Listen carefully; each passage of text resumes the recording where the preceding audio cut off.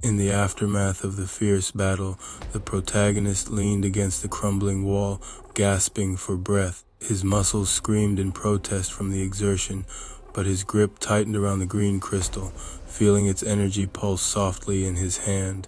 It was a tantalizing beacon of potential, glowing with an otherworldly light that captivated him, even amidst the grim surroundings and the lingering stench of decay. As he scrutinized the crystal, a familiar chime echoed in his mind, the system's voice slicing through the oppressive silence like a knife. "You have options for the green crystal," it announced, its tone both clinical and eerily encouraging.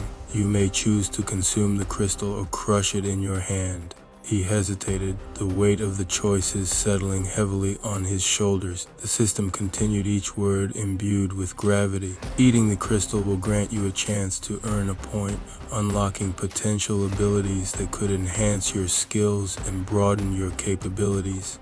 This could be a significant advantage in your ongoing battles." The thought of unlocking new powers ignited a fire in his imagination. He envisioned abilities that could transform him. Agility that defied gravity, speed that left his enemies in the dust, and strength that could turn the tide of any confrontation. The allure of becoming something greater, a true warrior in this hellish landscape, was intoxicating. Yet lurking beneath the surface, a nagging doubt whispered in his mind, urging him to consider the ramifications of such a gamble. Alternatively, crushing the crystal will provide immediate physical enhancements. The system chimed in, its tone shifting slightly, as if sensing his indecision. "This will boost your speed, strength, and endurance, making your body harder and more resilient. You will develop skin tough enough to withstand bullets and other projectiles." The weight of this decision pressed down on him like a leaden shroud. On one hand, consuming the crystal promised a long-term investment in his evolution, an opportunity to unlock abilities that could forever alter the course of his journey. On the other, crushing it offered immediate, tangible benefits that could tip the scales in his favor right now, in this moment of vulnerability.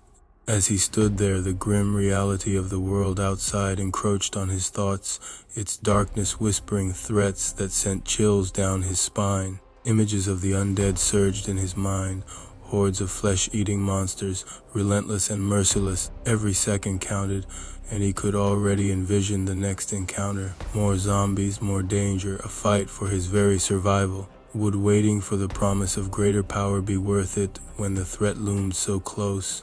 Ready to strike, he glanced at the green crystal, its surface shimmering with an almost sentient glow, as if it were alive and beckoning him to make a choice.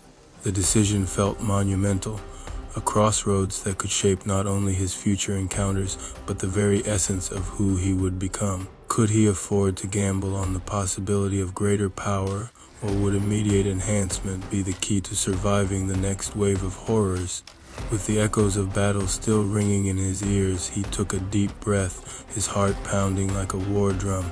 The tension in the air thickened, every heartbeat amplifying the urgency of the moment. The weight of the decision pressed against him, urging him to act. He needed to seize this opportunity and carve his path in this unforgiving world. In that suspended moment, time seemed to stretch, the choice looming larger than life itself. The crystal's energy thrummed in his palm, a call to action that resonated through his very being. It felt as if the crystal were a living entity, urging him to trust his instincts, to embody the warrior he was destined to be.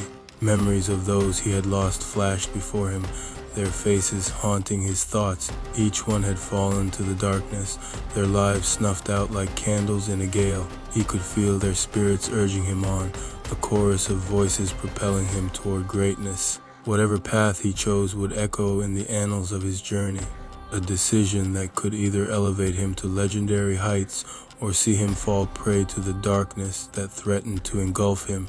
With resolve igniting a fierce determination within him, he braced himself for the choice ahead. The world outside was perilous, but he would not let fear dictate his fate. His destiny awaited a shimmering horizon just beyond the veil of uncertainty. In that moment, he felt the pulse of the crystal match the rhythm of his heart, a symphony of power and purpose. He would step into the unknown, ready to embrace whatever challenges lay ahead. knowing that this choice would not only define him, but also carve the path for those who would follow. With a final resolute breath, he prepared to make his choice, ready to unleash the warrior within and seize his. As the protagonist made his choice, he felt the hard surface of the green crystal shatter under the pressure of his grip. A surge of energy erupted from the broken fragments, enveloping him in a dazzling light that momentarily blinded him. The air crackled with power, and then the system chimed in with a voice that echoed in his mind, both mechanical and oddly triumphant. Random upgrade initiated. Defense increased by 0.1 row. He blinked, struggling to process the sudden influx of sensations flooding his body. The system continued, its tone matter-of-fact. Defensive upgrade. You can now shrug off 3 shots from a .50 caliber gun. The protagonist's brow furrowed in confusion. The terms sounded impressive, but they meant little to him. The memories of who he was and what he had endured were like shards of glass scattered in the wind, sharp and painful, yet impossible to piece together. "What does that mean?" he asked, his voice tinged with frustration and desperation. "I don't understand." Instead of an explanation, the system responded with a mocking laugh, a sound that grated against his already frayed nerves. "All the information you need is right here, if only you could grasp it." The laughter echoed in his mind, taunting him, and he felt a swell of anger rise within, a burning need for clarity in a world that felt increasingly chaotic. Shaking off the irritation, he turned away from the taunting voice and began to walk down the dimly lit hall. The shadows loomed large around him, oppressive and foreboding, each step feeling heavier than the last. As he passed the room where he had just defeated the pitbull zombie, he noticed the door was slightly ajar, a dark void that beckoned him. A shiver ran down his spine, but he steeled himself, determined to keep moving forward. He had to focus on what lay ahead, not dwell on the horrors he had just faced. But then he heard it, a soft, heart-wrenching voice drifting from the room. It was the sound of someone sobbing, a raw and desperate sound that pierced through the haze of his thoughts. Against his better judgment, he felt an inexplicable pull toward the door, a thread of empathy woven into the fabric of his being. Compelled by the sound, he pushed the door open wider, revealing a scene that sent chills racing down his spine. Inside the room was a grotesque tableau of horror. 30 to 40 bodies hung lifelessly from thick, rusted wire, swaying gently as if caught in a ghostly breeze. Blood dripped from their lifeless forms, pooling on the floor like dark, glistening tears. The stench of death and decay filled the air, a nauseating reminder of the violence that had transpired. Each body told a story of struggle and despair, and he could almost hear their silent screams echoing in the stillness. In the far corner of the room, something moved. His heart raced as he squinted into the shadows. There, in a rusted dog cage, was a man disheveled and gaunt, his eyes wide with fear and desperation. He looked up at the protagonist, a silent plea emanating from his gaze as he whispered, "Help me!" The sight twisted something deep within the protagonist, igniting a storm of emotions. His heart ached for the man, trapped in such a horrific situation, surrounded by death and despair. The system's mocking laughter faded into the background as he felt a surge of determination rise within him. This was more than a chance to act. This was an opportunity to reclaim his humanity in a world that had stripped it away. Yet as he stepped further into the room, he couldn't shake the feeling that this was more than just a rescue. It was a test, a challenge issued by the very darkness he was determined to conquer. The man in the cage was a living reminder of the stakes at play, a life that hung in the balance amidst the horrors of the world. He could sense the weight of the choice bearing down on him, the pressure of expectation mingling with a deep-seated fear of failure. With resolve hardening in his heart, he approached the cage, ready to confront whatever lay ahead. Each step felt monumental, as if the ground beneath him trembled with the enormity of the moment. Could he be the hero who saved a life, or would he succumb to the overwhelming despair that surrounded them both? He felt the specter of doubt creeping in, whispering that he might not be enough, that the darkness was too powerful to overcome. But in the depths of his heart, he also felt a flicker of hope, a fragile flame that refused to be extinguished. "I won't let you down," he whispered to the man in the cage, his voice steadier than he felt. The man's eyes glimmered with a mix of fear and hope, and in that instant the protagonist understood that this was about more than survival. It was about connection, about the fragile threads that bound humanity together even in the darkest of times. With a fierce determination igniting within him, he reached for the latch of the cage. He was ready to confront whatever horrors awaited him, knowing that this moment could define him. He would not let fear dictate his actions. He would rise against the tide of despair and fight for this man's life. This was his chance to become the hero he longed to be, a beacon of hope in a world shrouded in darkness. The man in the cage looked at the protagonist with wild, desperate eyes. "Yes, that's it. Open the cage. Set me free." His voice was raw and frantic, tinged with the desperation of a soul long tormented. Every word dripped with urgency, like a lifeline thrown to a drowning man. What the protagonist didn't realize was that the man had a knife tucked away in his back pocket, a hidden weapon poised for a betrayal that would shatter the fragile trust hanging in the air. As the protagonist took a step closer, an instinctual unease slithered through him, a flicker of doubt that he couldn't quite place. He hesitated, feeling the weight of the moment settle heavily on his shoulders. The man's voice grew louder, more frantic. "You have to hurry. If you don't open the cage, that zombie will come back. It's been torturing me and eating my friends." The desperation in his tone was palpable, a plea for salvation that tugged at the protagonist's heartstrings. "Don't worry," the protagonist replied, trying to sound reassuring even as a knot of tension tightened in his gut. "He's not going to come back." But as he spoke, he could see the flicker of madness in the man's eyes, the way they darted around the room, as if expecting the zombie to burst through the shadows at any moment. "You're crazy," the man shouted, his voice rising to a fever pitch. "If that zombie comes back, we're all doomed. You have to let me out." Panic seeped into his words, and the protagonist felt a wave of uncertainty crash over him. "I said he's not coming back," the protagonist insisted, his voice firm. He took a deep breath, trying to quell the rising tide of doubt. "I killed him. He won't hurt you again." The words hung in the air, heavy and charged with meaning. The man's expression shifted, uncertainty creeping into his frenzied demeanor. You killed him." "Yes," the protagonist said, his heart racing. "If you want, you can go outside and see the bodies for yourself." The effect of his words was immediate. The man's eyes widened in shock, disbelief washing over his face like a wave. He faltered, the knife in his pocket suddenly feeling heavy and insignificant. He had been prepared to attack the very man who had vanquished the terror that had haunted him, the man who had taken down the creature he could have never hoped to conquer. The realization hit him like a punch to the gut. He had been moments away from betraying his only chance at freedom. The protagonist could see the internal struggle play out on the man's face, the conflict between desperation and dawning comprehension battling for control. You really killed it," the man stammered, his voice barely above a whisper now, the flicker of hope igniting in his gaze. "Yes," the protagonist repeated, a sense of urgency creeping back into his voice. "But you need to trust me. I can help you. Let's get out of here."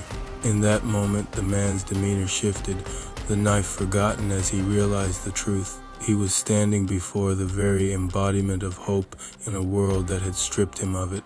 The specter of betrayal faded as the weight of his previous intentions sank in. The man began to understand that the protagonist was not just a means to an end. He was a beacon of possibility in a realm steeped in despair. With a shaky breath, the man nodded slowly, his gaze locking onto the protagonist. "Okay, open the cage." The protagonist reached for the latch, his heart pounding in his chest. He was ready to embrace whatever lay ahead, knowing that this moment could redefine their fate. As the latch clicked open, the cage swung wide, revealing a chance at freedom and a new beginning. Together, they would face the remnants of the darkness that had ensnared them both. The echoes of the past still loomed large, but now there was a glimmer of hope flickering in the shadows, a chance to reclaim their lives and confront the horrors that awaited them beyond the cage.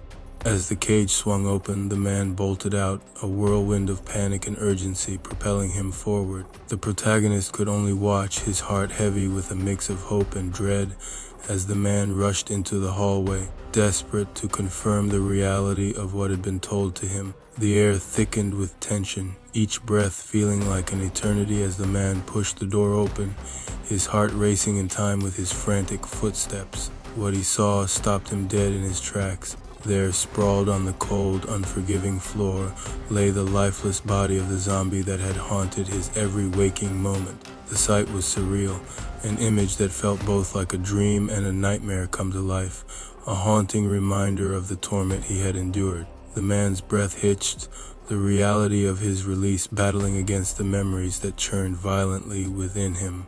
A wave of emotions crashed over him, relief, anger, and an overwhelming sorrow that clawed at his insides. He staggered forward, tears streaming down his face as the weight of his past torment came crashing down. "You won't hurt anyone anymore," he yelled, his voice raw with anguish, the words a desperate plea for justice against the indescribable horrors he had faced. He began to kick the corpse of the zombie, each blow fueled by rage and pain, each kick a cathartic release of the torment that had consumed him for so long. The sound of his foot connecting with the decaying flesh echoed down the hallway, mingling with his sobs. It was a primal expression of his fury, a way to reclaim the power that had been stripped from him. With each kick, he unleashed the pent-up grief of watching his friend suffer, of being tortured and broken, of living in a nightmare that had felt endless.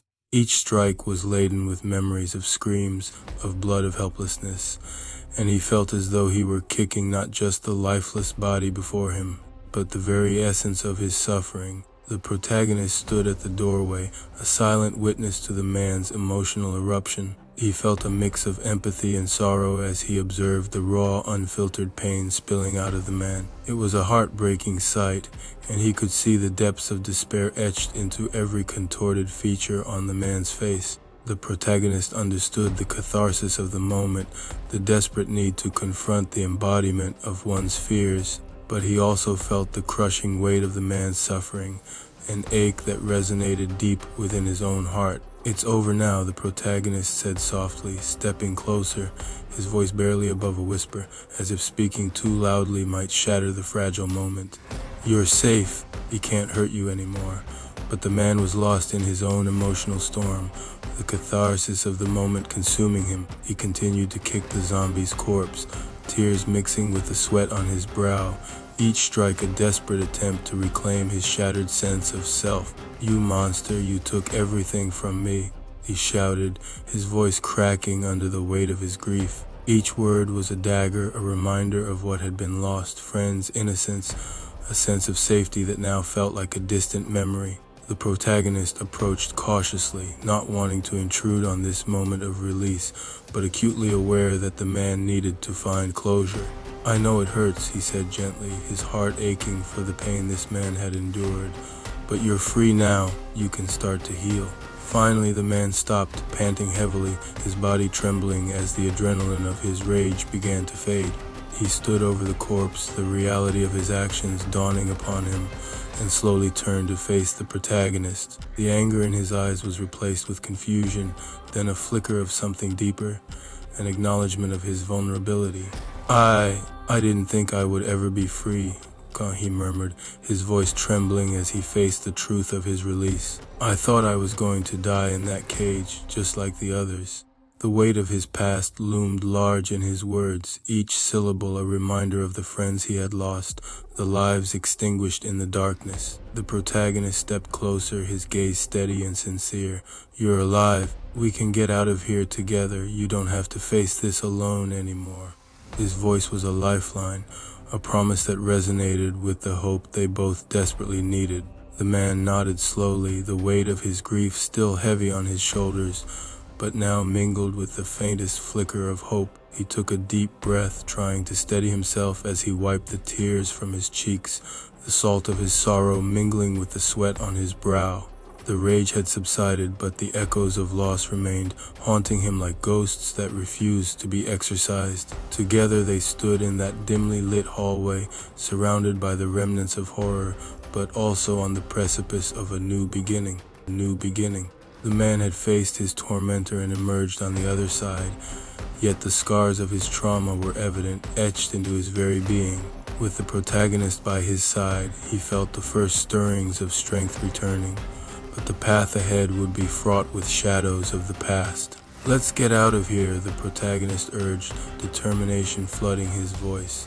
"There's no reason to stay." But even as he spoke, he could sense the heaviness in the air, the lingering shadows of what had been lost. With a new sense of purpose, they turned away from the darkness of the past, ready to face whatever lay ahead. But the journey would be long, and the wounds would not heal overnight. Each step they took was a reminder of the lives that had been taken, the friendships that had been severed, and the inherent fragility of their existence in this dark world. As they moved forward, the echoes of sorrow lingered, a haunting melody that would follow them into the unknown. A reminder that while they could escape the horrors of this place, the scars of their experiences would remain, a testament to their survival and a reminder of the strength it took to rise from the ashes of despair. As our protagonist and the man trapped in the cage descended the staircase toward the 9th floor, the atmosphere was thick with foreboding and tension. The air felt charged, each footstep echoing ominously in the dim light. The man trapped in the cage, still reeling from his recent rescue, turned to the protagonist, gratitude mingled with a fierce determination in his gaze. "Thank you for saving me," he said earnestly, his voice low. "Can I have the name of my savior?"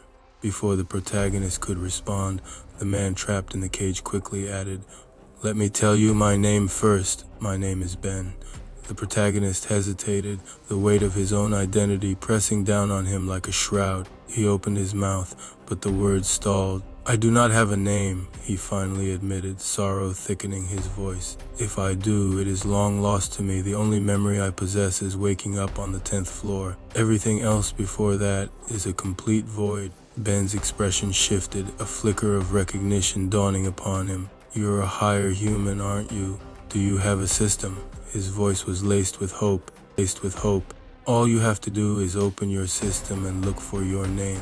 The mention of a system ignited a spark of familiarity within the protagonist. He hesitated for a moment, grappling with the implications of this revelation, but ultimately decided to proceed. With a deep breath, he concentrated and opened his system.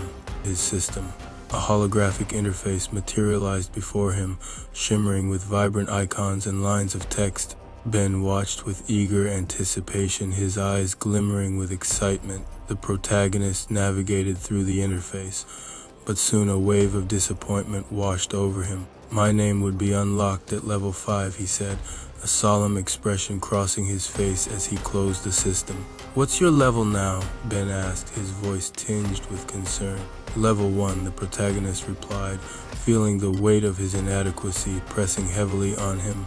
Before they could digest this disheartening information, a sudden crash reverberated from the 9th floor.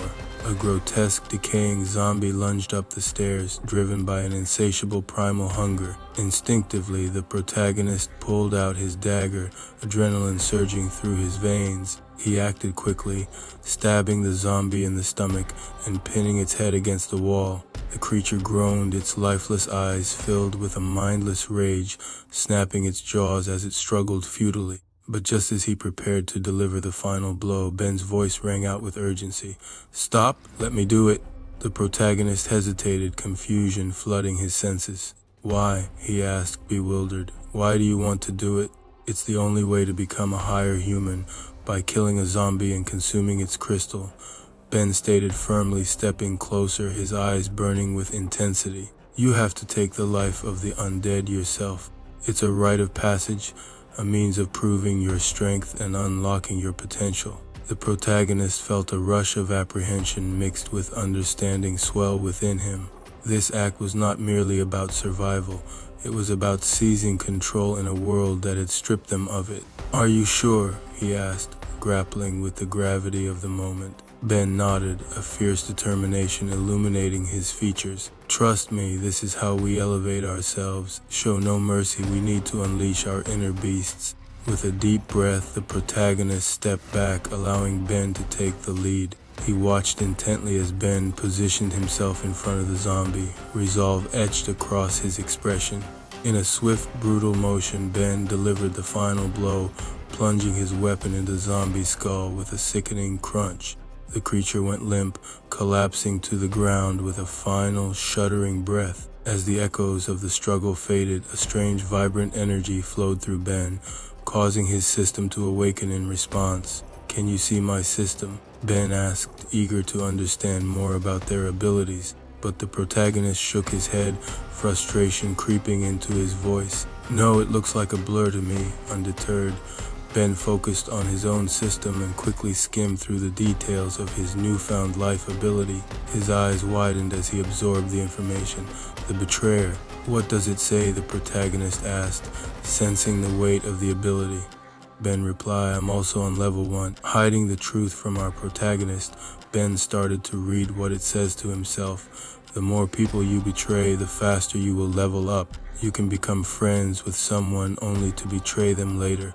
For each betrayal, you will unlock new abilities or gain points. You can double your speed, double your strength, or double your power, or even enhance your defense."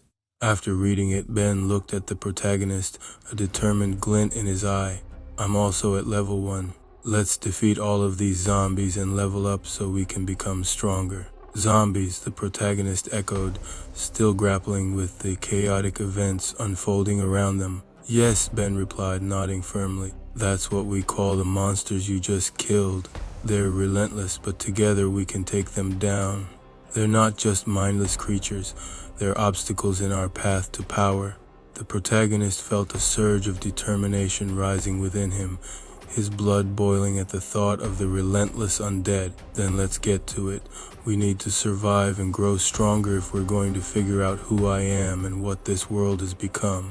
With renewed purpose, they steeled themselves for the challenges ahead. They would face the zombies together, not just as survivors in a broken world, but as allies forging their identities amid the chaos. Each battle would bring them closer to understanding themselves and the powers they possessed, even as they navigated the treacherous moral landscape that lay before them. As they plunged deeper into the darkness of the 9th floor, the slashing of weapons and the guttural cries of the undead filled the air.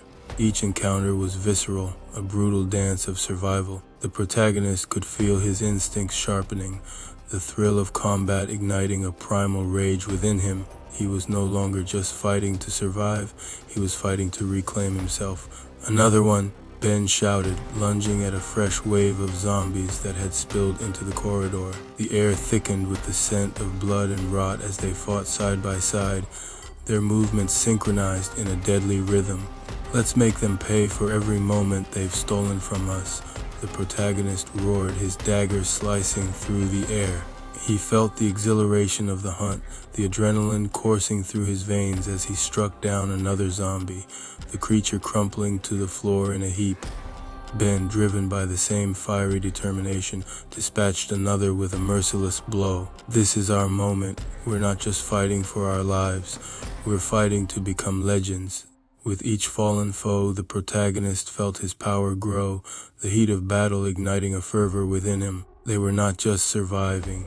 They were thriving in chaos, forging themselves anew in the fire of their struggle. Together they would carve out their destinies, united in their quest for strength and self-discovery, ready to unleash their fury upon the world that had sought to destroy them. As the protagonist and Ben descended from the 9th floor to the 4th, the air reverberated with a violent energy, a cacophony of growls and the sickening sound of flesh meeting steel. Each floor transformed into a bloody battleground, echoing with the grisly sounds of their relentless struggle against the undead.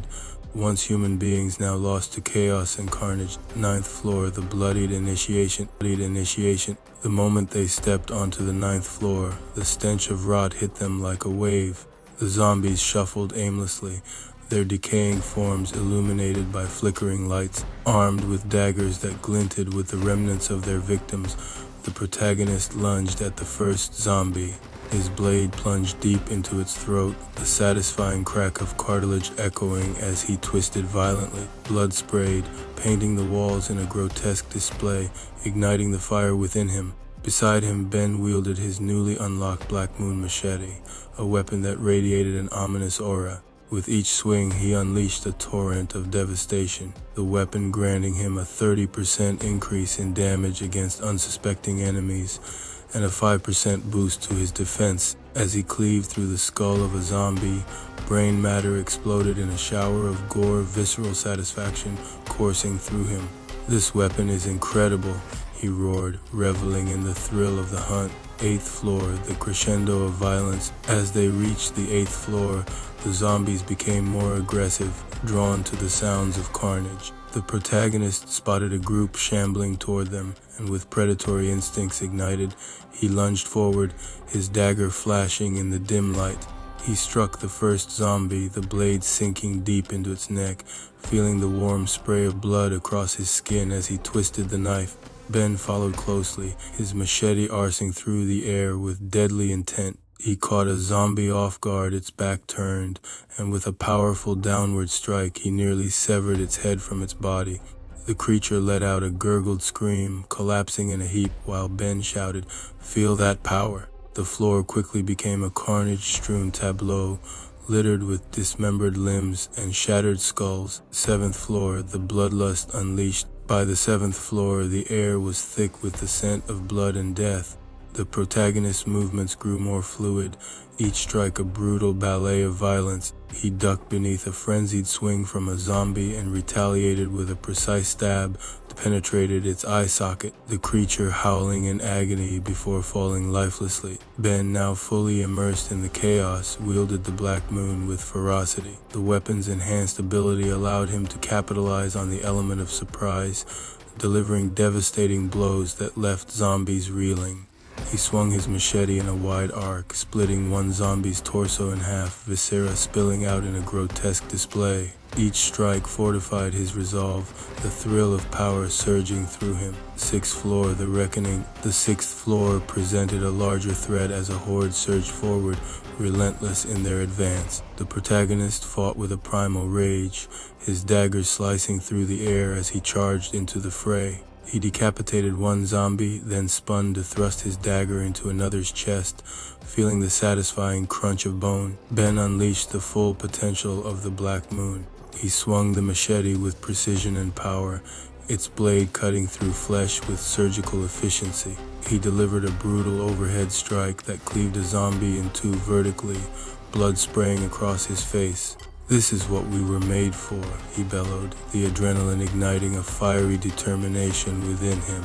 5th floor, the climax of carnage. The 5th floor was a scene of unrestrained violence. The protagonist and Ben faced a massive wave of zombies, their numbers seemingly endless. The protagonist felt the rush of adrenaline as he fought with reckless abandon. He lunged at a zombie, driving his dagger into its throat, then using his momentum to pivot and stab another in the side, the blade puncturing its heart.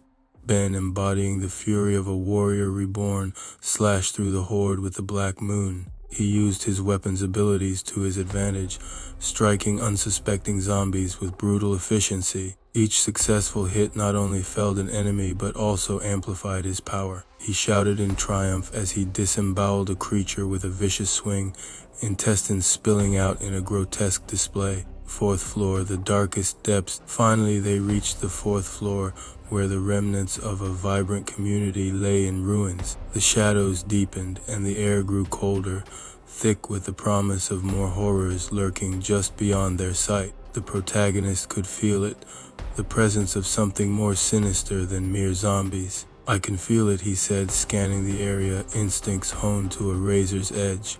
"There's something else here." Ben gripped his machete tightly, eyes sharp and alert. "Let's be ready for anything. We've leveled up, but we can't let our guard down. This floor may hold more than just zombies." With newfound power coursing through their veins and their weapons at the ready, They steeled themselves for the next challenge. Together they would confront whatever horrors awaited them, determined to carve their path through the darkness and emerge stronger than ever. The journey ahead was fraught with danger, but united in purpose, they were ready to face it head-on, leaving a bloody trail behind them as a testament to their ferocity. Each floor they conquered was a celebration of their brutal ascent, their weapons carving a legacy of death and destruction through the undead hordes. On the fourth floor of the decaying high-rise, where the air hung thick with the musty scent of decay and despair, our protagonist and Ben stood teetering on the precipice of terror. The flickering fluorescent lights overhead cast sickly, jerking shadows that writhed along the peeling walls, creating an unsettling atmosphere that felt alive, pulsating with a sinister heartbeat of its own. Each flicker echoed ominously, a warning that something horrific was lurking just beyond their range of vision, while the warped floorboards creaked like the bones of the damned beneath their feet, whispering secrets of the horrors that had transpired in this forsaken place. In the oppressive silence, a primal instinct surged within the protagonist, an instinct so raw that it felt like an electric current coursing through their veins. An acute awareness settled over them, a chilling realization that something unnatural was inching closer, stalking them like a predator in the dark. Their heart raced, each beat a thunderous drum reverberating in their ears, a desperate call to flee or fight. Ben, equally attuned to the malevolence in the air, stood rigid beside them, his eyes darting across the dimly lit corridor, muscles tense and ready. They understood that danger was not merely a possibility, it was an inescapable certainty lurking in the shadows, poised to pounce. Then from the depths of the obsidian darkness, a figure slithered into view, an abomination that seemed to defy the very fabric of nature. Towering at an unimaginable 7 feet, it loomed like a grotesque specter, its bulk an unsettling mass that appeared to weigh at least 820 pounds. The creature's form was a horrifying collage of decaying flesh and tattered remnants of clothing, a macabre tapestry stitched together with the remnants of what was once human. It moved with an unsettling grace, each step echoing through the floor like the tolling of a death knell, sending a wave of ice-cold dread spiraling down their spines. But it was the sight of its grotesque visage that truly plunged their minds into the abyss of terror. 13 ghastly faces protruded from its distended abdomen, each one a wretched reflection of humanity, contorted in eternal anguish. As the creature drew closer, the air filled with a cacophony of sound that chilled their bones. The faces began to scream, their mouths gaping wide in silent, desperate cries for help. The haunting echoes of their voices wove together in a nightmarish symphony, a chilling lament that reverberated through the corridor, drowning out all reason. "Help us, save us," they seemed to cry, the agony in their hollow eyes pleading for release, a torment that clawed at the very fabric of sanity. This horrific tableau told a chilling story of lives extinguished, a macabre display that seemed to mock the very essence of hope. The faces, with their contorted expressions of despair, flickered with a ghastly awareness, their hollow eyes pleading not only for escape but for recognition, an acknowledgement of the horror they had endured. The air thickened with despair, wrapping around our protagonists like a suffocating shroud, taunting them with the knowledge that these wretched souls were trapped in a grotesque limbo. As the protagonist's instincts screamed for action, a wave of icy adrenaline surged through their veins, mingling with a paralyzing fear that threatened to root them in place. This was no mere zombie, it was a relentless predator, a grotesque harbinger of death that embodied the darkest corners of their souls. The air crackled with palpable tension, thickening with the weight of impending doom. With every passing second, the reality of their situation settled over them like a suffocating fog on this forsaken fourth floor. They were not just fighting for survival. They were standing against a nightmare that threatened to consume them whole, dragging them into an abyss where light and hope had long since been extinguished, leaving only an eternal darkness that hungered for more, echoing with the cries of the damned. Hey everyone, thank you so much for watching. I really appreciate your support. If you enjoyed this video, please give it a thumbs up and consider subscribing for more content like this. Don't forget to drop your thoughts in the comments below. I love hearing from you. If you want to catch more of my videos, check out the links popping up on the screen now.